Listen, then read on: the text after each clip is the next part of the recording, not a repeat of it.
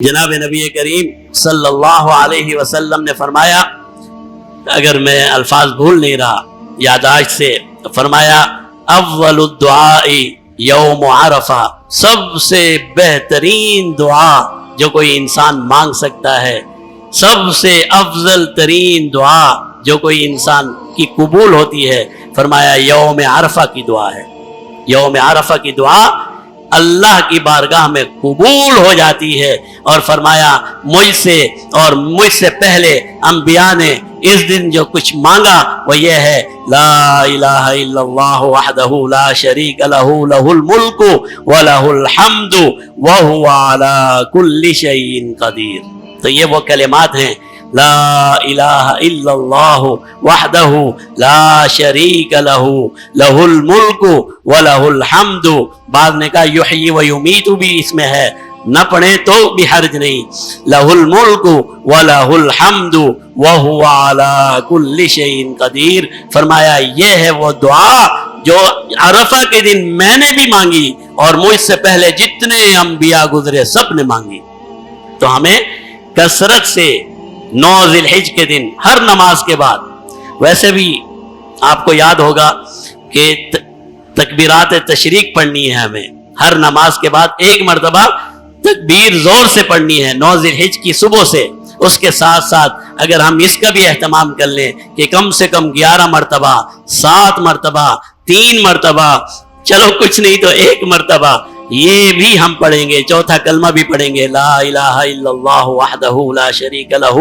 لہ الملک ولہ الحمد وہو علی کل شیء قدیر۔ اور پھر اس دن جو سب سے قیمتی ترین وقت ہے، علماء نے فرمایا ہے وہ قبل الزوال، 11 بجے سے لے کر زوال ہونے تک، یہ وہ وقت ہے جسے خصوصاً عبادت میں گزارا جائے، اور زوال کے بعد پھر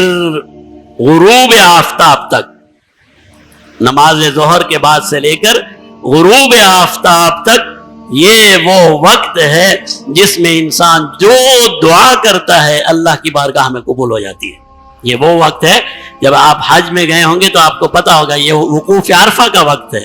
یہ وقوف عرفہ کا وقت ہے۔ تو یہ اس وقت میں ہمیں زیادہ سے زیادہ اللہ کی عبادت اور اطاعت میں یہ وقت گزارنا ہے، اور کوشش یہ کرنی ہے جس طرح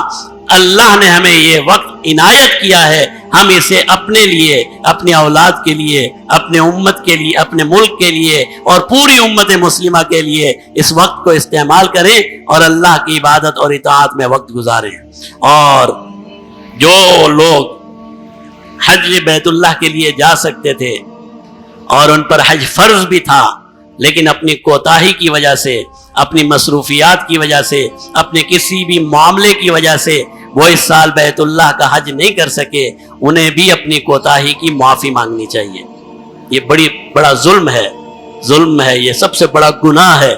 کہ اللہ نے آپ کو مال بھی دیا، دولت بھی دیا، آپ پر حج فرض بھی ہو گیا،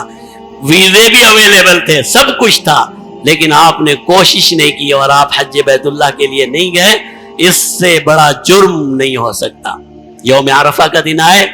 ندامت کے ساتھ اللہ سے معافی مانگیے کہ اللہ مجھ سے بہت بڑی غلطی ہو گئی، مجھے حج بیت اللہ کے لیے آنا چاہیے تھا، لیکن اپنی کوتاہی کی وجہ سے، اپنی غلطی کی وجہ سے، اپنی مالی معاملہ یا جو بھی ہو، کاروباری مصروفیات کی وجہ سے میں نہیں آ سکا، لیکن اے اللہ مجھے حج بیت اللہ سے محروم نہ فرمانا۔ یہ اپنی کوتاہی کی معافی مانگے، ہم سب بھی اپنی کوتاہی کی معافی مانگے، اور کوشش کریں کہ یہ وہ ایام ہیں جنہیں ہمیں عبادت میں گزارنی ہے، اور انشاءاللہ حسب سابق ہم کوشش کریں گے کہ اس مسجد میں ہم کوئی نہ کوئی ذکر کی مجالس قائم کریں، اور آپ حضرات کو بھی یہ دعوت دی جاتی ہے کہ اگر یہ اعلان ہو جائے کہ اس مسجد میں کوئی ذکر کی مجلس ہو رہی ہے یا کسی بھی جگہ ہو رہی ہے تو کوشش کیجئے ان مجالس